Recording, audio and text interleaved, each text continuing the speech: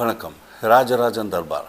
தமிழக சட்டசபை தேர்தல் நடக்கவிருக்கும் இந்த நிலையில் எந்த கட்சிக்கு வாக்களிப்பது என்று ஒரு கேள்விக்குறி மக்கள் மனதில் இருக்கிறது.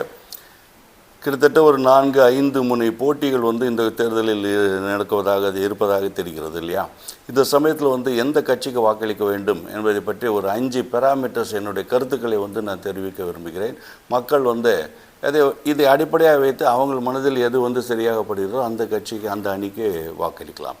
முதலில் 5 பேராமீட்டர்ஸில் ஃபஸ்ட்டு அடிப்படை வசதிகள், அதாவது போக்குவரத்து, சாலை வசதி, கல்வி, சுகாதாரம், மின்சாரம், இது எல்லாம் போன்ற அடிப்படை வசதிகள் எந்த அளவுக்கு செய்யப்பட்டிருக்கிறது ஒரு ஆட்சியில், திமுக அதிமுக இதெல்லாம்.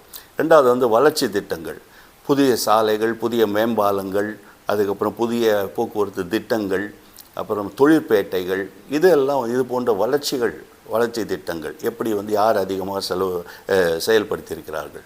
மூன்றாவது நிர்வாக திறமை, ஊழலற்ற ஆட்சி, நேர்மையான நிர்வாகம், திறமையான நிர்வாகம், பொருளாதார வளர்ச்சி, இந்த வகையில் எப்படி 2 கட்சிகள் யார் சிறப்பாக செய்திருக்கிறார்கள், அவர்களுக்கு அது ஒரு இலவசம் மட்டும் இல்லை, மற்ற திட்டங்களும் சேர்ந்து கொண்டு வந்தது எந்த கட்சி, அதை வச்சு நம்ம முடிவு பண்ணலாம். நாலாவது பார்த்தோன்னா சமூக அமைதிங்கிறது ஜென்ரலாக மத கலவரம், இனக்கலவரம் இதெல்லாம் இல்லாமல் மக்கள் அமைதியாக அவங்கள வேலை செய்து கொண்டு இருக்கிறார்களா. குற்றங்கள் அங்கங்கே நடக்கும், அதெல்லாம் வைத்துவிட்டு மொத்தமே ஊரே சரியில்லை என்று சொல்ல முடியாது. குற்றங்கள் ஒரு பக்கம் இருந்தாலும் அமைதியாக மக்கள் இருக்கிறார்களா எந்த ஆட்சியில், அதை பார்க்கணும். குற்றங்கள் நடந்திருந்தால் அந்த குற்றத்தை உண்மை கண்டுபிடித்து குற்றவாளி தண்டிக்கப்பட்டிருக்கிறார்களா, அதை பார்க்கலாம். அதுபோல் 5வது வாக்குறுதிகள், அறிவிப்புகள், இலவசங்கள், இது எல்லாத்தையும் பேஸ் பண்ணி அவங்க எப்படி அவங்களுடைய பெர்ஃபார்மன்ஸ் இருந்தது. இந்த 5 விஷயங்களை வச்சு என்னுடைய கருத்துக்களை நான் பக்கத்தில் வீடியோவில் கீழே கொடுத்துருக்கேன். ஆரோவை கிளிக் பண்ணி என்னுடைய ஒரு மார்க் மாதிரி போட்டு அதை கொடுத்துருக்குறேன்.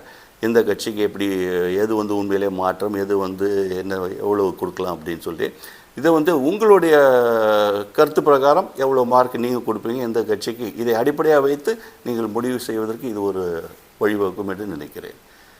நன்றி, வணக்கம். ராஜராஜன் வாசன், இந்திய மறுமலர்ச்சி இயக்கம்.